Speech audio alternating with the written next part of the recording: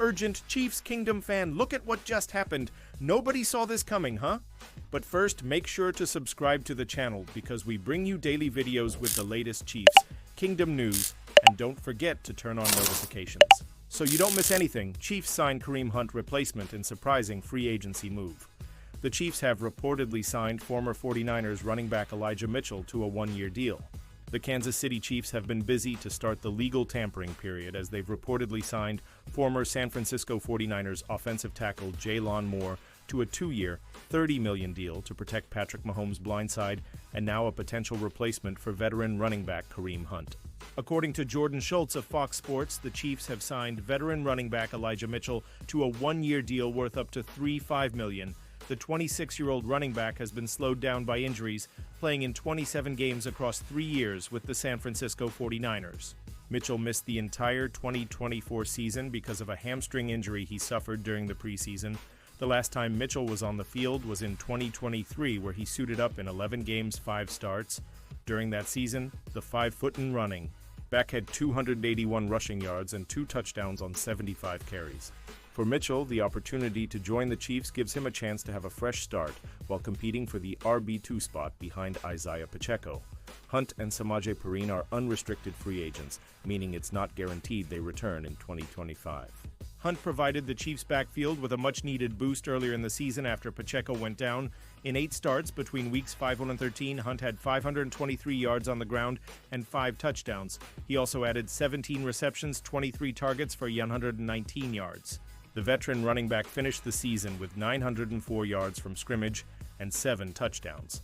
If Mitchell can stay healthy in the preseason and training camp, maybe there's a chance he can become Hunt's replacement. However, that's a huge if, as Mitchell has been plagued by rib, knee, shoulder, and rib injuries. Despite this reported signing, which cannot be official until the new league year on Wednesday at 4 p.m. ET, the Chiefs could add more firepower to the backfield in the 2025 NFL Draft. Pausing this news just to say that if you want YouTube to keep recommending the latest Chiefs Kingdom news to you, it's very important that you leave a like on this video. Thanks. Now let's get back to the news. Chiefs must replace Carson Steele after surprising free agency. News: NFL free agency is off, and running as teams around the league are wheeling and dealing to fill roster spots and improve their chances of competing for a Super Bowl in 2025. The Kansas City Chiefs are one of the most interesting teams to watch, having already pulled off a series of moves in the hopes of filling some key holes. Signing former San Francisco 49ers running back Elijah Mitchell turned some heads, and how the Chiefs approach the backfield is a major topic among fans. As it turns out, Kansas City was just given another opportunity to poach a 49ers player who was just released. Running back Carson Steele won the kingdom over in his rookie campaign, though saw his effectiveness and playing time wane over the season. Based on a surprise cut, the Chiefs now have an ideal player to replace him available. Chiefs must sign former 49ers FB Kyle Juszczyk to replace Carson Steele. According to Adam Schefter of ESPN, the 49ers released 12-year veteran Kyle Juszczyk on Monday. The versatile fullback is capable of playing all over the offense, serving as a Swiss Army knife for head coach Kyle Shanahan's offense. Steele was listed as a fullback and rushed the ball 56 times for 183 yards during the regular season. He had a fumbling issue, however, and it's understandably difficult for the coaching staff to trust his ball security and ability to break big gains. Juszczyk is a 9-time Pro Bowler and has been adamant about his desire to keep playing, making him a logical target as the Chiefs look to improve the backfield. Kansas City is obviously quite familiar with Juszczyk as well. He began his career with the Baltimore Ravens before joining the 49ers, having played against the Chiefs in 2 Super Bowls and a number of other marquee games. Has an excellent blocker, impressive receiver, and even a decent runner, theoretically giving Andy Reid a variety of ways to deploy him. At the least, it's clear that Juszczyk would be an improvement over Steele. Finding a way to get better production out of the backfield is a priority, particularly if Kareem Hunt isn't resigned. Regardless, Juszczyk is someone that Kansas City needs to target in order to maximize their chances to hoist another Lombardi trophy. Chiefs re-sign W.R. Hollywood Brown. The Kansas City Chiefs are officially bringing back wide receiver Hollywood Brown for another season. Brown, who missed the majority of 2024 after suffering a sternoclavicular posterior dislocation during the preseason, returned in Week 16 and immediately made his presence felt. His first catch as a member of the Chiefs moved the chains on fourth, down to extend an eventual touchdown drive, and while his opportunities were limited due to the circumstances, Brown's impact on the offense was evident. Quarterback Patrick Mahomes said as much following the Chiefs' victory over Pittsburgh in late December. "You throw Hollywood in there, it kind of sets everybody perfectly in their roles," Mahomes said. "When you have that many weapons out there, it's hard for the defense to account for everybody." Hollywood has made a huge impact on this offense.